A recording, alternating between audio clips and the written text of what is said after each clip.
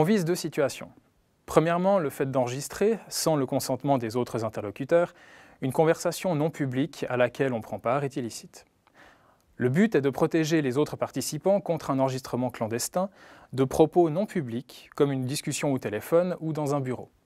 Il y a consentement tacite lorsque l'interlocuteur poursuit la conversation alors qu'il a remarqué qu'il était enregistré. Deuxièmement, est punissable celui qui, sans le consentement de tous les participants, aura écouté, à l'aide d'un appareil ou enregistré une conversation non publique entre d'autres personnes. De manière générale, ce qui est audible par tous est exclu du caractère privé. Il faut néanmoins déterminer si la conversation comme telle revêt ou non un caractère privé. Si tel est le cas, pour éviter de commettre une infraction pénale, il suffit de demander à chaque participant à la conversation s'il accepte d'être enregistré. Si un seul ne consent pas, l'infraction sera réalisée, mais ceux qui ont consenti ne pourront pas déposer plainte.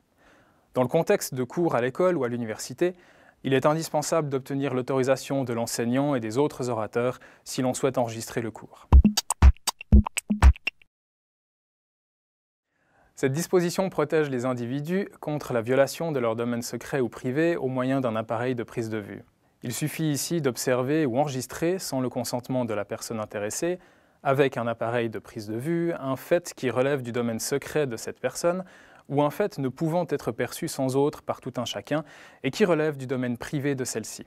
Le domaine secret comprend tous les faits de la sphère hautement personnelle que l'on cherche à détourner de la connaissance d'autrui, tels que les conflits intrafamiliaux, les activités sexuelles, mais aussi la souffrance physique, etc.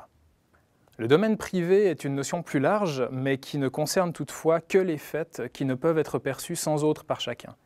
Cet article protège donc les lieux de vie privée comme le domicile, la maison, le jardin, l'appartement, le bureau, une tente de camping ou une chambre d'hôtel.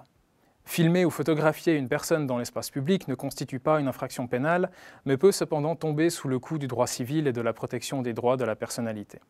Dans le contexte de cours à l'école ou à l'université, il est indispensable d'obtenir l'autorisation de l'enseignant et des autres orateurs si l'on souhaite enregistrer le cours.